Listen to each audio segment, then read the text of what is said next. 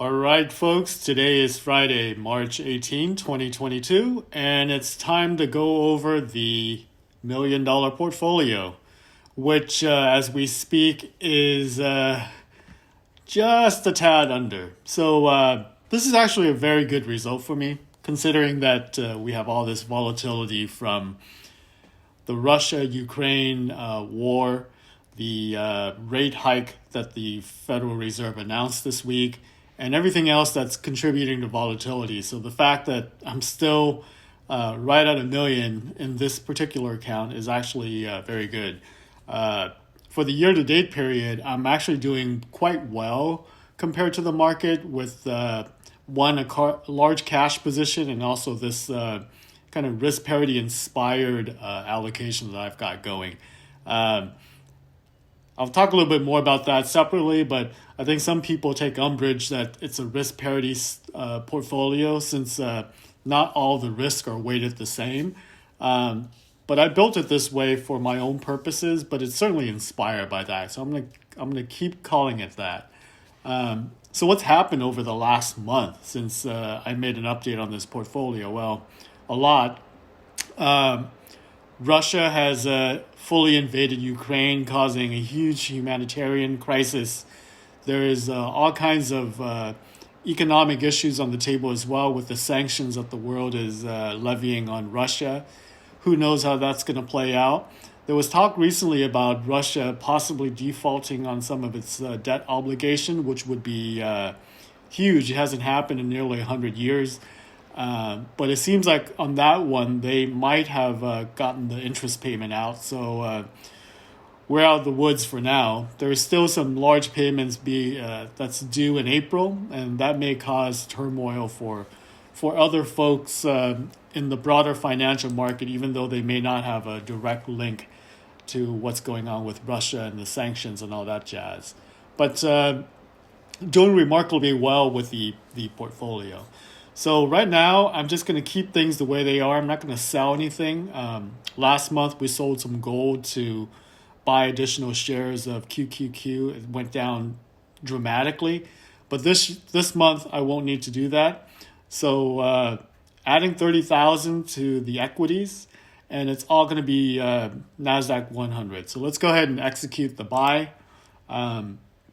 At current prices, I'm going to buy about 85, call it 86 shares. It's fine that we go a little bit over. Once again, this is very liquid. It's not particularly volatile today, so I'm very comfortable doing the market order. So let's go ahead and review it. Okay, orders placed. So we should now see that our 518 shares should go up over 600 with that buy since it is executed. So let's take a look. And there it is. So we're all good to go. I do want to take this opportunity to talk a little bit about the rate hike that the Federal Reserve put in place. I think it was yesterday. It was the effective date. So they voted to raise rates by 25 basis points and signal that they were going to do 6 more rate hikes through the year here. I know that Bullard of the Federal Reserve has called for even a more aggressive hike. I don't think that's going to happen. One of the things that's a concern with the rate hikes is holding long-term treasury bonds, right? Things that are 20 years out, because they're very sensitive to hikes in interest rates since they move inversely. The price of the bond and the interest rate, that is. Normally, you would take a hit, but you can see that, long-term treasury is actually going up. Part of that is that I think the market has priced it in.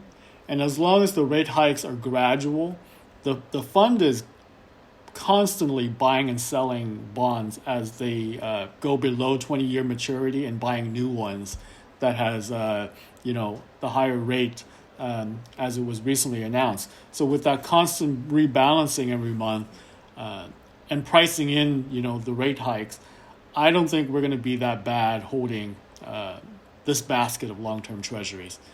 Normally I would, but I'm not as concerned. So I'm just going to keep doing my allocation. It's probably going to take me a couple of months of buying in at $30,000 a month in order to bring this allocation to what I set up, which is 50% in QQQ, 25% in long-term treasuries, 15% in gold, and then 10% in real estate. Right now, it's a little bit out of whack because the REIT is much higher than the 10%, and the gold's a little bit higher as well. But as I add in some of these monthly buys, that will rebalance things, and then at some point we'll get to that allocation, and then we'll buy all four of these going forward. In any case, thank you very much for watching, and come back next month where I will do another buy into the portfolio, and hopefully we will cross the $1 million mark once again. Thanks, and have a great weekend, everyone. Bye.